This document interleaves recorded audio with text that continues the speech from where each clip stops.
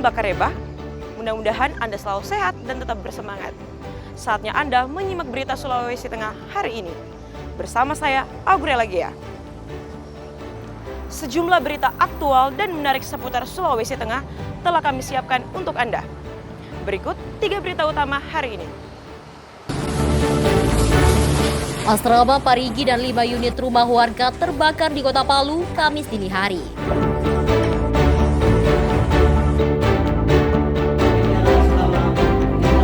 Terdakwa kasus pembunuhan warga Palu divonis pidana penjara selama 14 tahun.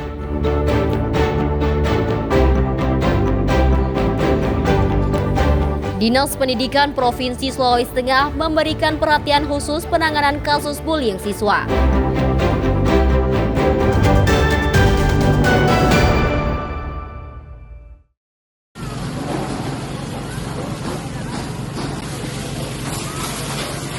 Kebakaran hebat melanda kompleks asrama Parigi di Jalan Yojokodi, Kota Palu. Si jagoh merah melalap 12 petak asrama dan 5 unit rumah warga Kamis dini hari. Warga yang tengah terlelap mendadak panik saat terdengar teriakan kebakaran dari penghuni asrama. Dalam hitungan menit, api sudah membesar dan menjalar ke rumah-rumah di sekitar lokasi. Laporan pertama diterima petugas damkar sekitar pukul 1 dini hari. Tak lama berselang, tim pemadam langsung meluncur dan tiba di lokasi sekitar 7 menit kemudian. Namun sempitnya akses jalan menuju titik api dan kepanikan warga yang menumpuk di sekitar lokasi sempat membuat petugas sulit masuk ke area terbakar. Terbakar itu 12 petak asrama, kemudian ada 5 rumah, kemudian ada motor, 2 buah motor untuk asrama. Jadi asrama ada juga rumah warga? Ada rumah warga itu 5, tapi dari 5 rumah itu ada 2 rumah kosong. Yang 3 rumah tinggal yang memang berpapasan samping dengan asrama itu. Sebanyak 34 personel dengan 7 unit damkar Kota Palu diterjunkan, dibantu 1 unit armada dari provinsi dan mobil suplai air. Api akhirnya berhasil dijinakan sekira 3 jam kemudian. Dari hasil penyelidikan petugas, sumber api diduga berasal dari korsleting listrik di salah satu petak asrama. Tidak ada korban jiwa dalam peristiwa ini, namun beberapa warga mengalami luka ringan dan langsung ditangani tim medis di lokasi. Syahrul Syahya dan Syamsuddin Tobone melaporkan dari Palu.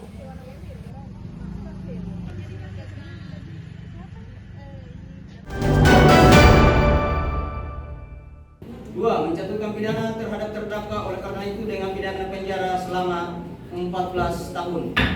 Menetapkan masa penangkapan. Terdakwa kasus pembunuhan Andik Julianto divonis pidana 14 tahun penjara oleh Majelis Hakim Pengadilan Negeri Palu. Andik terlibat kasus pembunuhan terhadap Findla Rabdani di Jalan Kramat Jati, Kelurahan Nunu, Kota Palu 19 Mei 2025 lalu. Majelis Hakim yang dipimpin Edi Lipu menyatakan terdakwa terbukti secara sah dan meyakinkan melanggar pasal 338 KUHP karena dengan sengaja merampas nyawa orang lain. Hal yang memberatkan terdakwa karena telah meresahkan masyarakat dan menghilangkan nyawa korban Findla Rabdani. Usai pembacaan putusan, Majelis Hakim memberikan kesempatan kepada terdakwa dan penasehat hukumnya untuk menentukan sikap apakah menerima atau melakukan upaya banding. Baik terdakwa maupun penasehat hukumnya menyatakan menerima putusan tersebut. Namun suasana sidang sempat tegang ketika keluarga korban meneriaki terdakwa dengan kata-kata kasar saat digiring menuju ruang tahanan dengan pengawalan ketat aparat kepolisian. Tanggapan saya atas putusan sudah benar karena terdakwa juga mengakui semua apa yang telah diperbuat dan yang memberatkan kemarin saya kira dia tidak mengakui awalnya kan, nanti di pemeriksaan polisi baru dia mengakui, itu yang memperberat dia. Jadi saya sebagai penasihat hukum cuman mendampingi bahwa sesuai ancaman pasal di atas 5 tahun kami ditunjuk oleh pengadilan untuk mendampingi. Kuasa hukum terdakwa menilai putusan hakim sudah tepat karena terdakwa mengakui seluruh perbuatannya. Kasus yang sempat menghebohkan warga Kelurahan Nunu, Kota Palu ini terjadi pada 19 Mei 2025 lalu. Dikram Boyoge dan Syamsuddin Tobone melaporkan dari Palu.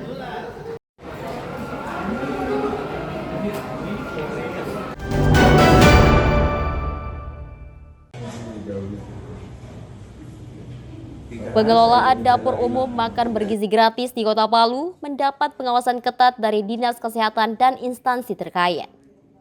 Langkah ini penting untuk mengantisipasi keracunan siswa seperti yang terjadi beberapa waktu lalu.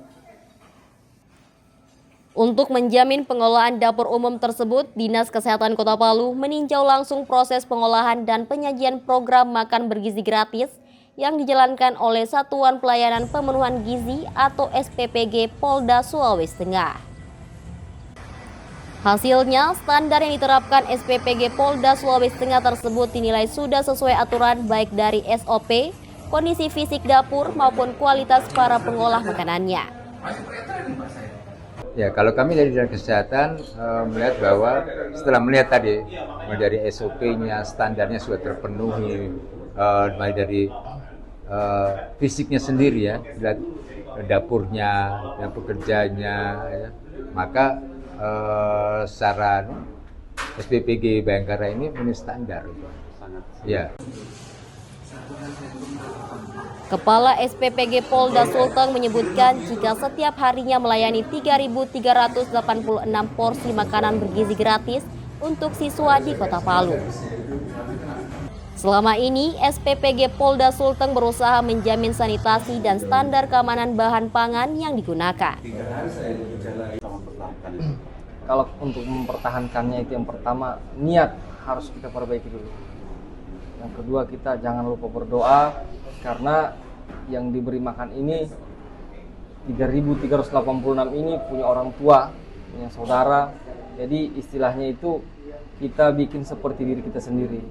Apa yang kita makan itu juga yang kita berikan ke mereka. Kalau bisa kasih yang terbaik, kasih yang terbaik. Kinerja tersebut membuat SPPG Polda Sulteng meraih predikat terbaik dalam segi kualitas dan higienitas pengolahan dapur umum makan bergizi gratis di Palu. Prestasi ini didasarkan pada hasil evaluasi pengolahan dan penyajian paket MBG oleh SPPG Polda Sulteng. Syamsuddin Tobone melaporkan dari Palu.